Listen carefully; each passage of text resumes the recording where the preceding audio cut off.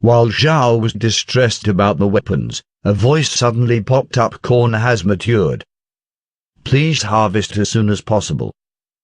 Zhao was surprised, but then he looked at Marin. Grandma Marin, the corn I planted has matured. Do you want to come with me into the space?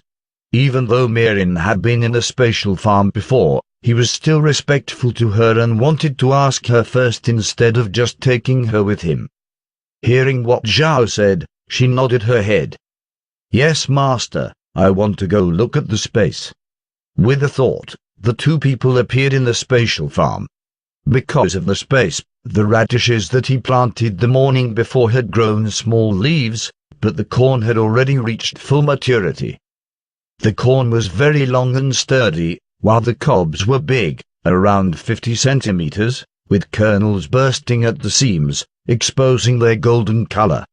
Marin had never seen corn before and was curious because she didn't know what to do with it. Zhao walked towards the corn and broke off one of the big cobs. With the outer green leaves lowered, the golden corn was exposed, revealing big and full kernels. The amount that was produced was not low, and if he calculated the yield, then there would be 50,000 kati of corn here. Zhao handed the corn cob to Marin and smiled. Grandma Marin, you see, as long as we process this corn, it can be used as food. Although it's not the best tasting crop I could grow, it could still fill you up.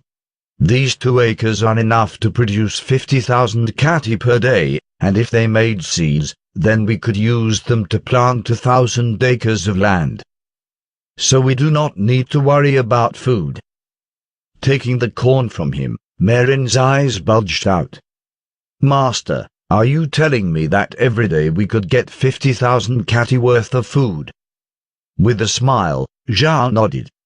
He knew that Marin thought that a one lump sum of 50,000 kati worth of food for more than 100 people probably wasn't that much, but 50,000 kati per day. That figure was a little scary. Also, although Zhao didn't mention it, in this space the corn would only need 14 hours or so to mature, so it would actually take less than a day. Marin kept whispering, 50,000 kati per day, 50,000 kati per day. Zhao laughed. Grandma Marin, I told you that this corn stuff is not very good. I'll eventually start planting other crops, but this is only the transitional period, so this will have to do for now. Marin quickly recovered, and said, No, master, do not plant anything else. With such a high-yield food, we do not need to plant anything else. She was so excited that she was almost incoherent. Don't worry, I'm not planting anything else yet. But Grandma Marin, you do not need to get so excited about this kind of thing. There are many foods that are high yield, although not as much as corn, they are still good. Marin heard what Zhao said and nodded her head. That's good, master. But how do we harvest this food? We are going to need a lot of helping hands. Zhao slightly chuckled. It's nothing I can't handle if I count on this space.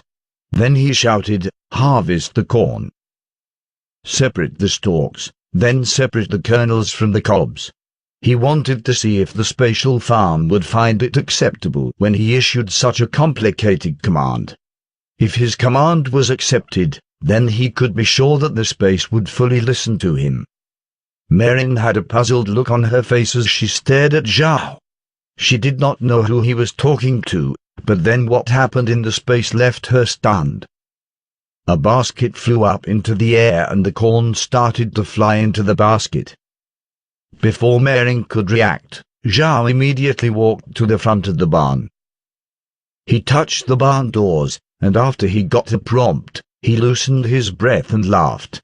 Master, what are you laughing about? And how did you do that? She asked while pointing at the cleared land. Zhao smiled. Nothing, Grandma Marin. I didn't tell you yet, but I can control anything in this space. Whether it's farming or harvesting, I don't need to worry about it." "That's great, Master." Merrin looked excited. "Now what do you plan to plant next?" This was the moment of truth, so Zhao was very careful. With just a thought, a handful of corn kernels appeared in his hands. When the corn came out, a tone chimed and the voice said, "Corn. Excellent quality. Can be used as seeds. Can be brought out of the space." Zhao looked happy as he said, "Sow the corn." After his voice faded, a small shovel flew out to start plowing, then one by one, seeds appeared out of nowhere and fell to the ground, while a bucket started watering everything.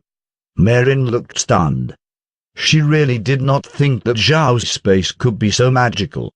This ability, let alone seen, she had never even heard of it before. She was very happy because this magical space would give the Buda clan a meteoric rise. Soon the 2 acres of land were replanted. Afterwards, Zhao went to look at the radishes. There have not yet been any insects like in the farm game he used to play. Seeing as there were no problems with the radishes, Zhao stood up, turned to Merrin. "Let's go out, Grandma Merrin." Merrin nodded, and with just a thought, Zhao brought the 2 of them back into the living room of the castle. Looking outside, Zhao figured that they hadn't been inside the space for very long. He then turned to Merrin while holding corn stalks and corn cobs in his hands, which he had brought out before they left the space. "Grandma Merrin, with these, we don't need to worry about firewood." Merrin quickly nodded. "Okay, Master, come with me. We'll put these right there in the kitchen." Zhao shook his head. "No, Grandma Merrin. They need to be dried in the sun first, otherwise they would still have some moisture. We have to completely dry them after we take them from the barn." "Well, then let's put them outside. The castle has plenty of empty spaces." Zhao followed Merrin outside. Looking at the corn stalks and corn cobs on the ground, Zhao said, after drying the stalks, "Grandma Merrin, you can burn these for cooking. And if the slaves are cold at night, you can burn these to keep them warm." Merrin looked at the 2 piles of firewood, her face full of smiles. Now she finally didn't have to worry about finding something to use as firewood. "Yes, Master. I'll deal with this matter with the slaves." Zhao nodded, then he looked at the sky. "It's not late yet, Grandma Merrin. Let's call Megan for lunch. And after lunch, we'll arrange for someone to get some stones. Unfortunately, we don't have a blacksmith, otherwise we might have been able to make some iron weapons out of the supplies." The number of slaves with skills were small, and those with blacksmith skills were even less. Slave owners were afraid of slaves learning blacksmith skills because then they would know how to build weapons, so no one gave slaves access to that knowledge. If you ever encounter a slave that knows blacksmith skills, then he was probably a blacksmith that later became a slave. After the 2 went back inside the castle, Merrin went to prepare lunch, while Zhao sat in the hall, quietly thinking about things. Right now they were facing a huge crisis. If those undead spirit beasts really did come out of the Carrion Swamp, then what means did they have to stop it? If they came out, not only would this trouble his farming plans, but also his future plans for aquaculture. He had to think of some way to resolve this problem. But how could he solve it? For many years, not one expert in the continent had survived the forbidden Carrion Swamp. Zhao was unable to think of anything.